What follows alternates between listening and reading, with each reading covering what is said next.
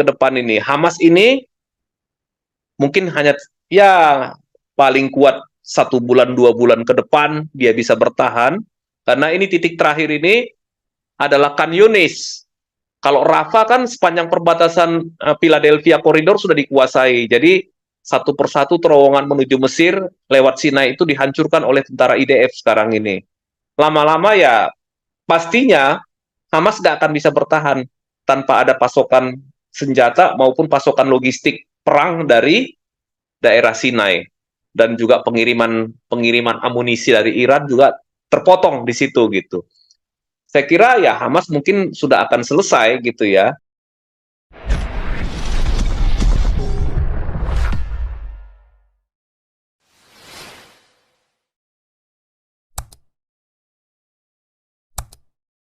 Nah Mungkin ya Pak Teddy, lanjut Pak Teddy. Saya mau nanya sedikit Pak Ompong Pak. Iya, jadi kan iya, jadi kan ini Pak sudah diperkirakan Hamas ini akan segera kalah Pak ya, Pak Ompong. Shalom. Ya. Oh iya. Sebentar Pak Teddy, biar Pak Gema dulu bicara, habis itu Pak Teddy langsung lanjut pidatonya. Iya. Iya Pak. Jadi, iya, Hamas ini kan sudah diperkirakan akan segera habis nih, tidak lama lagi ya Pak Ompong ya. Jadi ya mungkin akan bergeser targetnya ke arah pendukung-pendukung Hamas nih Pak ya, terutama Indonesia dengan kemarin Yusuf Kala ya. Kira-kira nanti seperti apa tuh Pak nanti akan serangan Israel kepada Indonesia itu Pak, estimasinya Pak? Kalau Israel, dia tidak akan menyerang negara lain kalau dia nggak diserang Pak, kalau dia nggak di ini. Tapi kalau misalkan ada negara ataupun kelompok teror menyerang dia, kemanapun di seluruh dunia akan dia kejar. Kita lihat Houthi Yaman. Selama ini Houthi kan menyerang kapal-kapal dagang, kapal-kapal yang lewat dari Laut Merah. Prancis, Amerika, dan Inggris sudah melakukan serangan. Tapi yang diserang adalah pusat-pusat ini, militer ya. Tapi tidak menyerang titik terlemah dari Houthi. Titik terlemah dari Houthi adalah logistik dan ekonomi. Di mana itu titik terlemahnya? Di pelabuhan Al-Hudaidah itu. Karena pelabuhan itu adalah tempat lalu lintas barang keluar masuk, kemudian juga tempat memasukkan senjata dari Iran, kemudian juga depo bahan bakar di situ, dan juga pembangkit listrik di situ. Jadi dengan serangan kemarin dengan menggunakan 22 pesawat tempur, sebagian adalah F-35 yang anti radar, dan kemudian sebagian F-15, itu semua sekarang hancur Pak. Jadi ekonominya Houthi Yaman yang tadinya sudah sulit, sekarang makin sulit, bahkan lampu mati di sana sekarang gitu kan. Tidak ada listrik, tidak ada bahan bakar.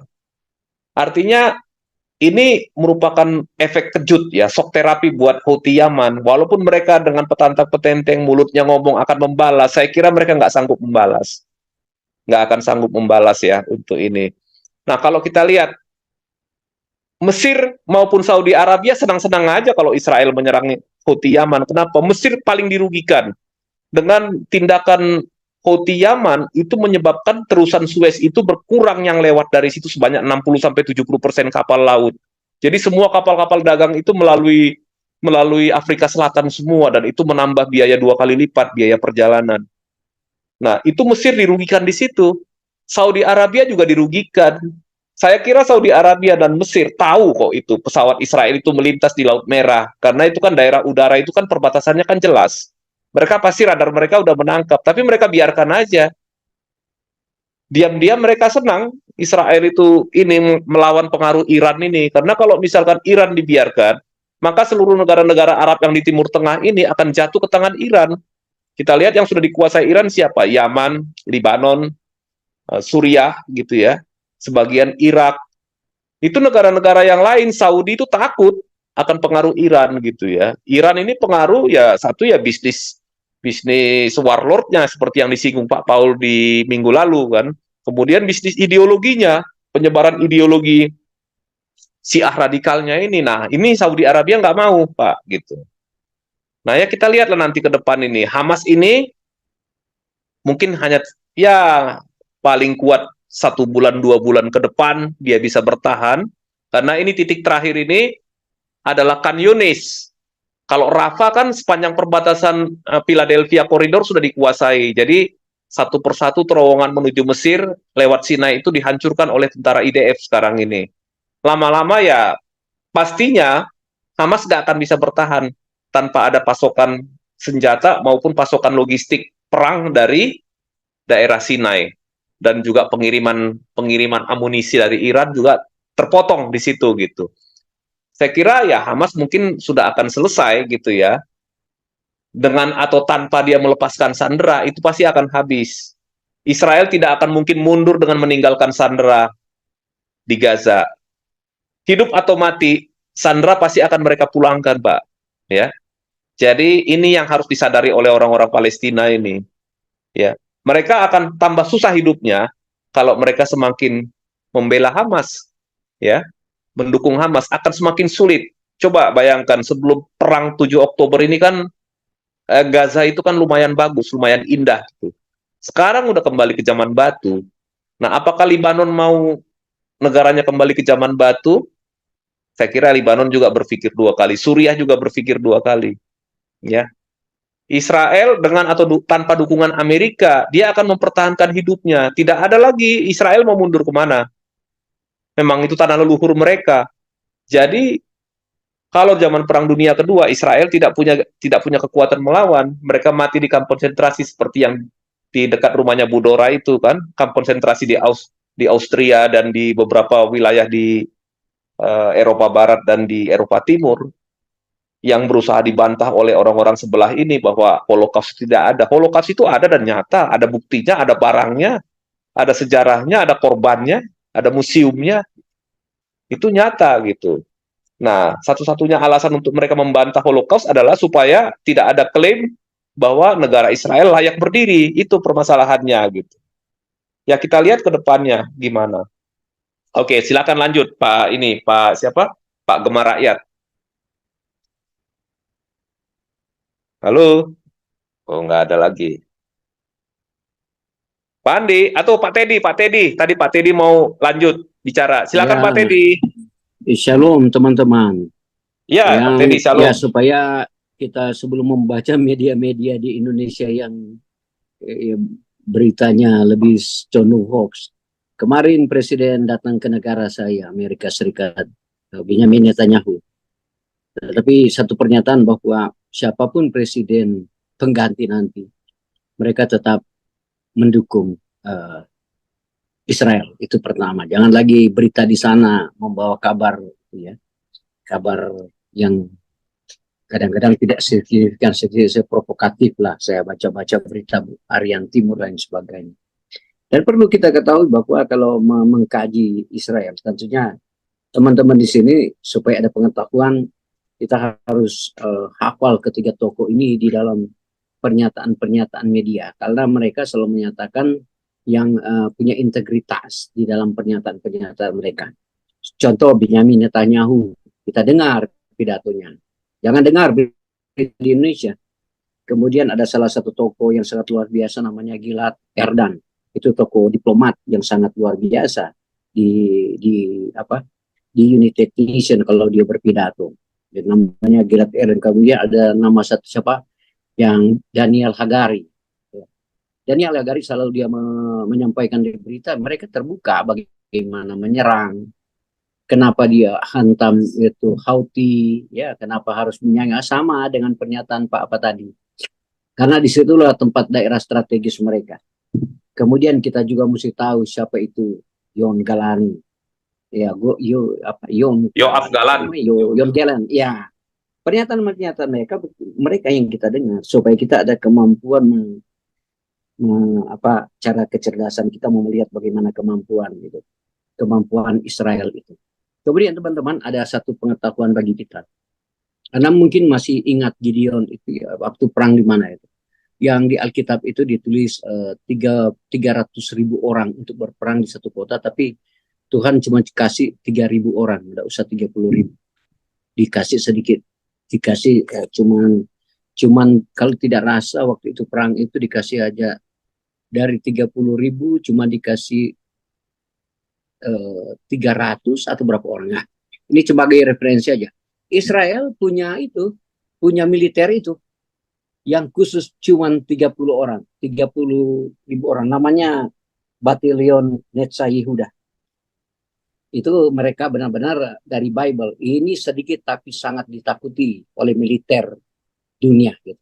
Khususnya angkatan bersenjatanya khusus bangsa Israel. Coba Anda buka Netza Yehuda atau dari tentara ultra ortodoks yang juga disebut sebagai komando elitnya Israel yang disebut Sayeret. Saya kadang-kadang saya tulis Sayeret Makal gitu. Saya baca-baca sampai saya terilham ya bagaimana perjuangannya daripada orang-orang Israel ini ya teman-teman. Kemudian di sini pernyataan selalu oleh Benyamin Netanyahu, itu pernyataan selalu yang apa yang mereka katakan begitu ya mereka akan lakukan. Tidak ada tekanan internasional yang akan menghentikan untuk mewujudkan semua perang, untuk melenyapkan Hamas, membebaskan semua sandera, dan kami memastikan Gaza atau Hamas tidak lagi menjadi ancaman bagi Israel, ujar Netanyahu. Itu pernyataan-pernyataan itu adalah pernyataan-pernyataan sangat luar biasa. Itu pernyataan yang mereka tidak tarik di dalam perkataan mereka. Ini saya bilang orang yang jujur, punya integritas, punya komitmen. Saya akui orang-orang bangsa Israel seperti itu. Jadi sumbernya udah sampai di situ. Indonesia mau ngomong bagaimana kalabnya, itu pernyataan mereka.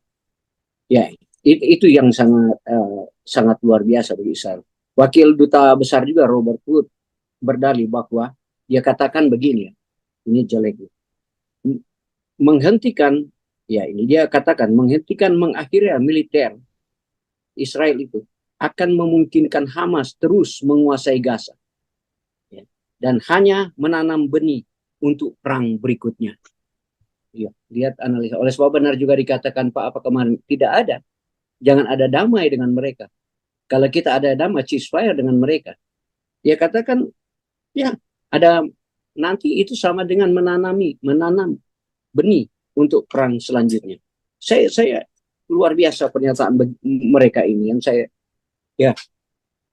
saya anggap itu pernyataan yang sangat luar biasa. Oleh sebab itu pernyataan selalu saya pegang sebagai alat saya untuk berdiplomasi. Karena orang-orang begitu tidak ada kemunafikan di dalam diri mereka. Ya, pernyataan-pernyataan mereka tidak ada kemunafikan. Mereka menyampaikan suatu kejujuran di dalam kehidupan mereka. Itu saya angkat topi ya bagi. Kemudian di sini dikatakan bahwa Israel, ada istilah Israel ini adalah dibilang impunitas. Sudah ada impunitas oleh negara-negara besar. Kayak kekebalan hukum. Itu di dunia media mengatakan, di dunia CNN dan di dunia Reuters, maka dia punya impunitas. Pengadilan dunia manapun tidak akan mampu menghalangi dia. Mau dikatakan dia teroris, mau katakan dia pelanggaran HAM, karena dia sudah punya kekebalan dari negara-negara besar itu. Itu sangat luar biasa pernyataan seperti itu. Oleh sebab itu kalau framing di media Tribun akan ditangkap ICC, ICJ itu cuman drama pengadilan internasional aja. Yang satu di Afrika Selatan, yang satu di Belanda. Ya, mereka berkumpul bersama-sama. Tetapi kalau hal-hal begitu, konspirasi begitu, pasti teman-teman lebih tahu mendalam siapa yang berkonspirasi tentang Israel harus dihukum. Berarti ada teman-teman lebih banyak tahu siapa yang menjadi yang menjadi biang keladi lah tersebut. Mahkamah Internasional di Den Haag ya, di Belanda, di International Court of Justice-nya itu. Saya bilang Israel ini tidak akan kalah dalam bentuk apapun. Drama-drama politik di negara Arab sana, di Saudi, lain sebagainya, teman-teman sini sudah belajar dari sejarah. Punya contoh Tuh memposisikan dua negara, siapa yang inisiatifnya negara Arab, Arab Saudi yang membentuk itu, membentuk dua negara. Itu sejarahnya Pak Paul sudah jelaskan lagi secara detail bagi kita. Sekarang kita menganalisa ke depan itu akan jadi apa gitu. Kemudian apa pengaruhnya ke dampak negara-negara Islam di Arab, khususnya negara-negara Islam di Indonesia. Oleh sebab itu saya senang sekali ya kalau saya bilang tadi Pak Paul mengatakan mendukung Indonesia untuk membuka kedutaan besar diplomat, buka kedutaan diplomat antara Indonesia dan itu. Nah, dengan ini kita sampaikan resio kalau kita bersahabat dengan mereka, keuntungan apa yang kita dapat. Kalau tidak bersahabat dengan apa, dengan kerugian apa yang kita dapat. Begitu juga di strategi politik nasional. Pembangunan apa yang akan kita memajukan di negara kesatuan Republik Indonesia kalau kita berkawan dengan mereka. Ini sangat luar biasa ya. Dan teman tadi saya tadi mendengar pernyataan dari Pak siapa tadi mengatakan utang luar negeri. Utang luar negeri Indonesia katanya ada 6.592 triliun. Kalau dikurskan dengan 16.200 per dolar. Nah, kemudian saya di sini beranalisa, Indonesia ini masih dipercaya oleh lembaga-lembaga keuangan internasional karena ada Sri Mulyani. Ini saya coba ke ranah itu. Oleh sebab itu, dunia luar masih percaya kepada negara kita karena ada Sri Mulyani di situ yang benar-benar dipercaya. Karena kita tahu bersama kalau kita bicara tentang ekonomi atau bicara tentang uang adalah selalu bicara kepercayaan. Dunia internasional percaya ke Indonesia bukan karena Indonesianya, karena Sri Mulyaninya. Tuh. Kemudian ada hal yang baru, masalah Thomas Djuwandono. Thomas Djuwandono ini memang harus diangkat dia jadi wakil Menteri Keuangan. Kenapa tidak nama Muhammad Djuwandono atau apa-apa? Saya mengerti itu. Saya mengerti karena jujur aja, di kebocoran dunia internasional, masalah ekonomi, kalau ada orang Nasrani di situ, kelompok bank itu berani meminjamkan uang bagi negara. Orang yang mereka sudah tahu track recordnya, backgroundnya siapa. Oleh sebab itu saya dukung Thomas Djuwandono menjadi wakil, barangkali mungkin dia yang calon kuat nanti untuk jadi Menteri Keuangan. Karena kalau dia yang menjadi Menteri Keuangan, barangkali hutang kita masih dipercaya oleh negara-negara besar. Karena hutang kita bukan teritu dengan yen, bukan teritu dengan dolarnya atau pound sterlingnya Inggris dan lain. Karena hutangnya itu bicara dolar USA. Itu gambaran ya. Masih ada orang seperti Abraham. Tuhan, masih ada orang percaya di jemaat saya, jangan lu musnahkan. Begitu juga kita berdoa di negara kita. Masih banyak orang Kristen yang percaya. Jangan dulu punahkan negara saya. Jangan dulu rusakkan negara saya. Saya bersyukur masih banyak orang-orang Kristen di Indonesia berdoa untuk bangsa dan negara. Karena mereka berdoa demi kemajuan negara. Ya, mereka rancangan damai sejahtera untuk negara, bukan rancangan kecelakaan. Saya juga berdoa untuk negara dan bangsa saya supaya maju. Itulah keunggulan negara kita. Saya menyampaikan bahwa ini salah satu Thomas Djuwandono. Walaupun ada nepotisme di situ antara keluarga, tapi bukan itu. Dia memasang si Thomas Djuwandono supaya ada kepercayaan negara luar nanti kepada calon Menteri Keuangan nanti. Itu yang saya coba analisa sedini mungkin. Dan yang kedua, saya percaya bahwa banyak orang-orang Kristen di Indonesia, karena jujur aja hampir yang memutar perekonomian negara kita bukan dari kelompok mayoritas itu, dari kelompok minoritas itu. Tapi kita jangan itu ke situ ya, seolah-olah kita mau menciptakan. Tapi kalau teman-teman di sini track si 9 naga atau si siapa itu yang pengusaha kaya itu, lihat aja teman-teman siapa mereka. Oleh sebab itu kalau cakrawala kita itu masih banyak orang percaya, masih banyak orang yang berkualitas. Yang minoritas itu yang sangat luar biasa di negara kesatuan Republik Indonesia. Oleh sebab itu yang saya 40 tahun lalu seorang rektor seorang Ketua Sinode mengatakan ya lebih baik sedikit berkualitas dari berkuantitas tidak berkualitas. Seperti Indonesia berkuantitas tapi mereka tidak berkualitas. Bagaimana yang sebenarnya tadi yang sedikit ini berkualitas, itu yang paling bagus. Baru mencermati sekarang benar. Kalau kita mau melihat siapa yang berkualitas di Indonesia, siapa yang memegang bank-bank luar biasa di Indonesia. Sekarang mereka Pak lagi cara membangun, saya dengar kemarin kepada Menteri Kesehatan, baru kemarin saya dengar, saya karena ikut. Dia bicara masalah dokter dan rumah sakit. Apa yang Muslim ini, ya lembaga Muslim ini melakukan, sudah dilakukan oleh lembaga-lembaga orang Kristen lainnya untuk membutuhkan rumah sakit. Nanti teman-teman track itu rumah sakit yang bernama Nasrani itu sangat berpopuler di Indonesia. Sampai saya di Sulawesi Utara saya lihat sudah ada rumah sakit itu, nama-nama itu. Tetapi orang-orang ini yang tokoh-tokoh ini lagi mempersiapkan, lagi bertanya mau cari dokter dari mana gitu. Itu saya dengar kemarin dari Menteri Kesehatan ya. Baru saya ketawa, saya bilang ini orang Nasrani sudah membangun melebar. Mau dari Sinarmas Group atau dari WCA Group atau dari kelompok-kelompok bank tertentu yang luar biasa, mereka sudah membangun yayasan-yayasan rumah sakit yang sangat luar biasa.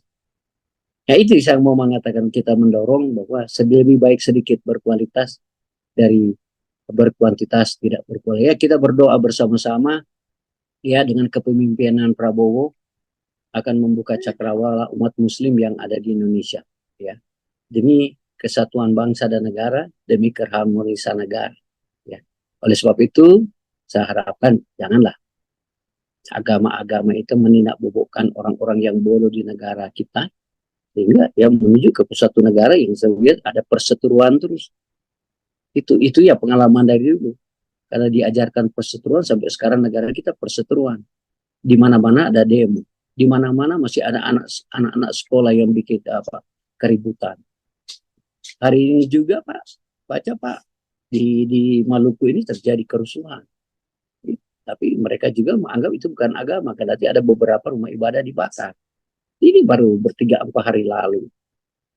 Ya itu, oleh sebab itu teman-teman, mari kita mendukung saudara-saudara kita, mari kita berikan pendidikan, pengajaran yang terbaik bagi umat Muslim, supaya cakrawala mereka terbuka, tidak dibodohi oleh lagi ya, oknum-oknum yang menggunakan agama untuk mencapai kekuasaan mereka.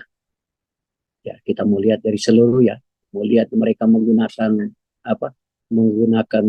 viral umpamanya Israel dan Hamas. Kemudian perang itu mereka angkatkan bicara agama.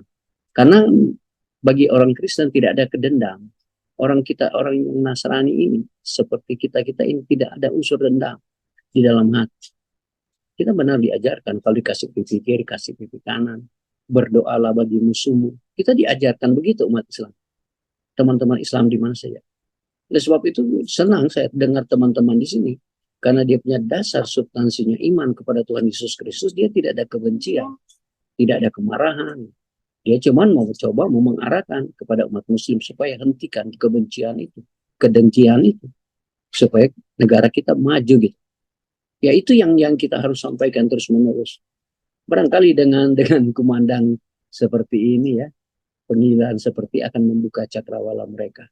Ya itulah ya pesan saya untuk teman-teman di tempat ini dan seluruh umat Muslim. Yang penting bagi kita cuma satu, tidak ada etikat jahat, tidak ada nurani kebencian, tidak ada sama sekali bagi kita. Kita hanya mau mendorong bagaimana kehidupan kita harmonis, bagaimana negara kita maju. Nah, dengan bergandengan tangan mencapai kemakmuran bersama. Teman-teman, kalau Muslim sudah melihat ada ranah orang menggunakan politik, ada agama sebagai alat politik, Anda harus menjauh itu. Karena itulah yang akan menjebak diri Anda. Ya, dia mau agama Kristen lah, mau agama Islam, Buddha, kalau dia sudah menggunakan agama untuk berpolitik. Hati-hati teman-teman. Hati-hati. Saya juga menegur Muslim, tapi umat Kristen juga. Ya, terima kasih. Shalom. Tuhan memberkati kita semua.